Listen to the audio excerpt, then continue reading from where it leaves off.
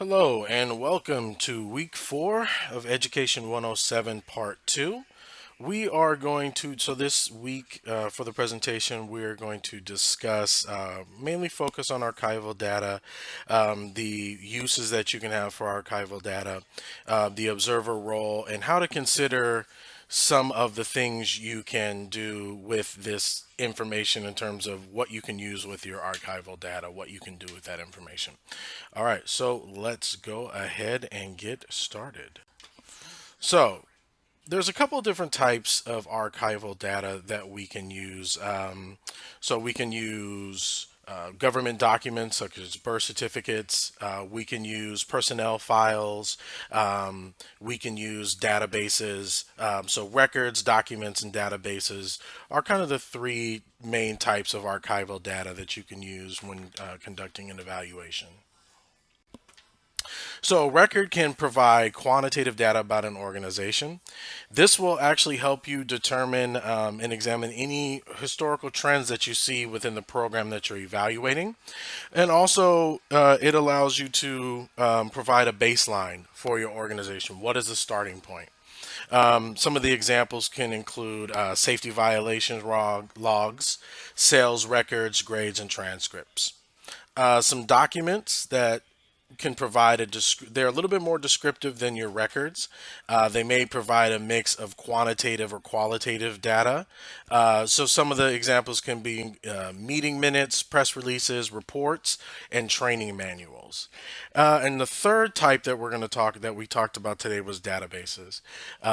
So these are a collection of records. Usually, they can be stored in a somewhere in an organization, usually focused around a particular topic like behavior, grades, training, things of that nature typically are going to be stored in a database.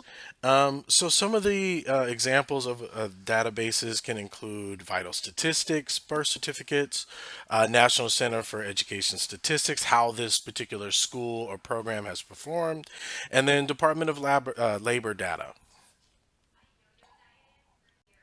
What are some of the advantages of using archival data? It's unobtrusive, so you're not interrupting the program. You're not physically in a room observing a process.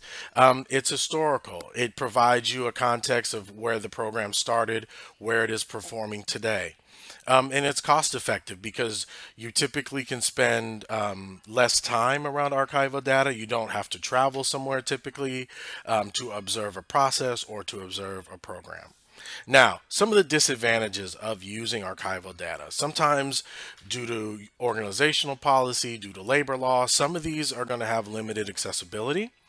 And it can take some time to actually go through and analyze this data.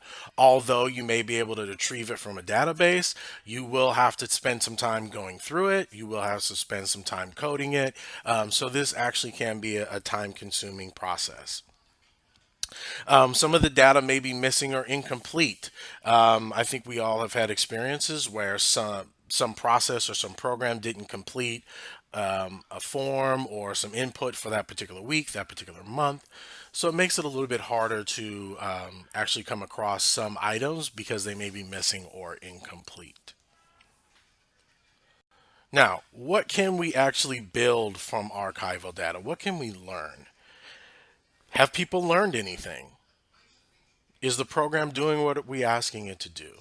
This can come from a survey. What have they learned, or what have they learned that they implemented? What did they learn from what they put in place? Is it working? Is it functioning? Could it be better?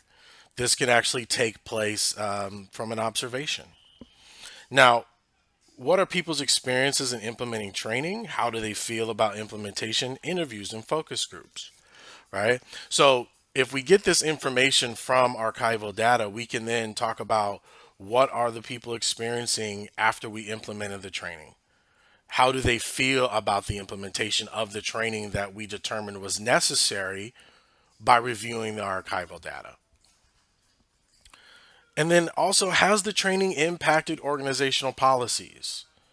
Because we went through the archives, we took a look at some of the historical data, created a baseline. Did this actually make a shift in our practices? Did this actually close a skill gap that we were able to determine by pulling some archival data. Now, as we start moving forward and particularly start talking about observations and completing our evaluations, you really want to consider how you are observing this process or how you are participating in collecting the data. And one of the ways that we do this is sometimes we do this through observation. And so some we can actually be a full participant. So that means we are actually involved in the process. We are involved in the collection of the data. We are a partial participant. That means we may be involved in some aspect of the evaluation. We may be involved in some aspect of the program, whether as a participant or a facilitator.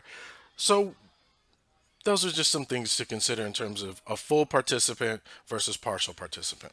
Now, or we could simply just be a full observer, fly on the wall, full, just observing, not being obtrusive within the environment, not being obtrusive within the program or the process, simply watching and taking notes and understanding what is happening in the program without actually being involved, doing our best to not interfere in the program, doing our best to almost as if we're not there. I know sometimes that may seem impossible, but that is really the attempt you are trying to do is really limit your contact as a full observer, non-participant, so that you can see in almost in its natural state of how the program functions, how the process works.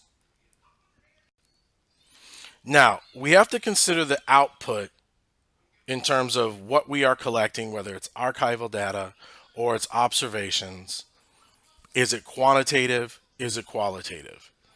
So, some of the outputs in a quantitative sense, as we talked about in the previous lecture, the quantitative will fall into a box. It'll fall into a numerical category. The qualitative is really going to give us a sense of what variations are happening, what details, how are people interacting that numbers really can't provide. So we have to consider all of these things together. What kind of information is the archival data giving us? Is it really giving us just a quantitative piece of information that fits simply into a box? Or is it experiential? Is it providing us a description and then conveying some of the variations and details that numbers alone cannot provide for us? And this is the same thing in terms of when we go and we collect the data ourselves, whether it's through observation or whether it's through interview, formal or informal. What is this information providing us and where can we put it and how does it answer our key questions? So as we're starting to tighten up our evaluations, these are some of the things we want to consider as we collect this data. What are we going to do with it? Where does it belong? And how is it going to inform our recommendations going forward as we complete our evaluation process? So draft of the part one is due. Remember, there is no grade for the draft. I will give you feedback as quickly as possible. So if it's needed, you can incorporate that, and then you will incorporate the feedback and then get that information onto your final draft. Please use the outline that has been provided for part one. This should be helpful in terms of actually getting you through, making sure you're hitting all the points so that you can actually help your client, help yourself, and of course get the best potential outcome for your organization and for your program. As always, if you have any questions, please feel free to email me at john.wedding@csus.edu.